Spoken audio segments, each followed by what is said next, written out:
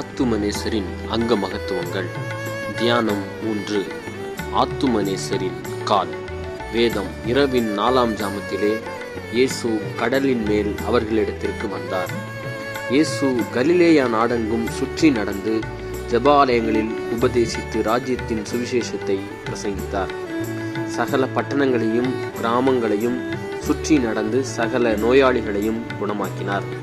அவர் தேவாலயத்தில் உலாவிக் கொண்டிருக்கையில் பிரதான ஆசாரியரும் வேதபாரகரும் மூப்பரும் அவரிடத்தில் வந்தார்கள். போர்ச்சேவகர் இயேசுவனிடத்தில் வந்து அவர் மரித்திருக்கிறதை கண்டு அவருடைய கால் எலும்புகளை முறிக்கவில்லை. இயேசு அவர்களை நோக்கி, நான் தான் என்று அறியும்படி என் கைகளையும் என் கால்களையும் பாருங்கள், என்னை தொட்டு பாருங்கள் என்று காண்பித்தார். போதனை.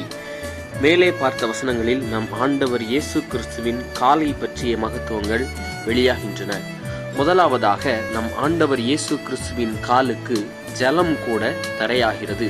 நம் ஆண்டவர் இயேசு கிறிஸ்து செங்கடலை பிளப்பதற்கும் யோர்தானை கடப்பதற்கும் எத்தனையோ அற்புதங்களை செய்திருக்கிறார். அதை நாம் அறிந்ததே. அப்படிப்பட்டவரின் கால்களுக்கு கீழாக ஜலமும் தரையாவது ஒன்றும் பெரிய அதிசயம் அல்ல. இரண்டாவதாக, நம் ஆண்டவர் இயேசு கிறிஸ்துவின் கால் நன்மை செய்கிறதாய் சுற்றி திரிந்தது. அவர் சகல பட்டணங்களிலும் இருக்கின்ற சகல நோயாளிகளையும் எல்லா ஊருக்கும் சென்று எல்லா நாட்களிலும் எல்லா இடங்களிலும் அநேக அற்புதங்களை செய்தார். அவருடைய வாழ்நாள் முழுவதும் அவர் மகிழ்ச்சியை மட்டுமே கொடுத்து நன்மையை மட்டுமே செய்பவராய் சுற்றி திரிந்தார். மூன்றாவதாக, நாம் செய்த பாவங்களுக்காக நம்முடைய தவறுகளுக்காக அவருடைய கால்களில் ஆணிகள் கடாவப்பட்டு மரத்தோடு இருக்கப்பட்டன. காரணம் நம்முடைய பாவங்கள். தியானம். என் ஆத்துமாவே, நம்முடைய ஆத்துமனேசரின் கால்களுக்கு தண்ணீரும் தரைதான். நாமும் யோர்தான் என்னும் மரண கடலை கடப்பதற்கு நம் ஆண்டவர் இயேசு கிறிஸ்துவின் உண்மையான அன்பை பின்பற்றி விசுவாசித்து, பேதுருவை போல் அவிசுவாசத்தோடு அல்லாமல் உண்மையாய் விசுவாசித்து யோர்தான் என்னும் மரண கடலை கடப்பதற்கு அவரின் கால் நமக்கு ஒரு ஊந்துகோலாக அமைகிறது.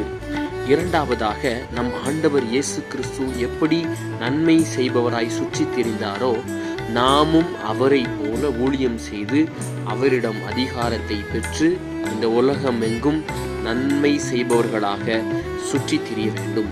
மூன்றாவதாக, அவருடைய கால்களில் ஆணிகள் கடாவப்பட்டதுக்கு காரணம் நம்முடைய ஆத்துமா செய்த பாவம் என்று நாம் உணர்ந்து நம்முடைய காதில் அந்த ஆணிகளின் சத்தத்தை கேட்டு அந்த ஆணியின் ஆழம் எவ்வளவோ அந்த ஆணியின் உயரம் எவ்வளவோ என்று உணர்ந்து நாம் செய்த தவறுகளை விட்டு நாம் விலக வேண்டும். அப்படிப்பட்ட ஆணிகள் அவருடைய காலில் குத்தப்பட்டும் அவர் மகிழ்ச்சியோடு முகமலர்ச்சியோடு இருந்தார். காரணம், நம்மை மீட்டு விட்டோம் என்கிற அந்த மகிழ்ச்சி மட்டுமே அன்றி வேறு எந்த காரணமும் அல்ல.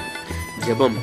எங்கள் ஆண்டவராய் இருக்கிற இயேசு கிறிஸ்துவின் பிதாவே, நாங்கள் அடிக்கடி நினைவினாலும் வார்த்தையினாலும் கிரியையினாலும் உம்முடைய மகத்துவத்துக்கு விரோதமாய் செய்கின்ற பாவங்களை மன்னித்து எங்களை பரிசுத்தப்படுத்துவீர் என்று சொல்லி நாங்கள் கேட்கிறோம். எங்களுடைய பாவங்களுக்காக முழு மனதோடு நாங்கள் துக்கப்படுகிறோம். இன்றிலிருந்து உமக்காக ஊழியம் செய்ய எங்களை அர்ப்பணிக்கிறோம்.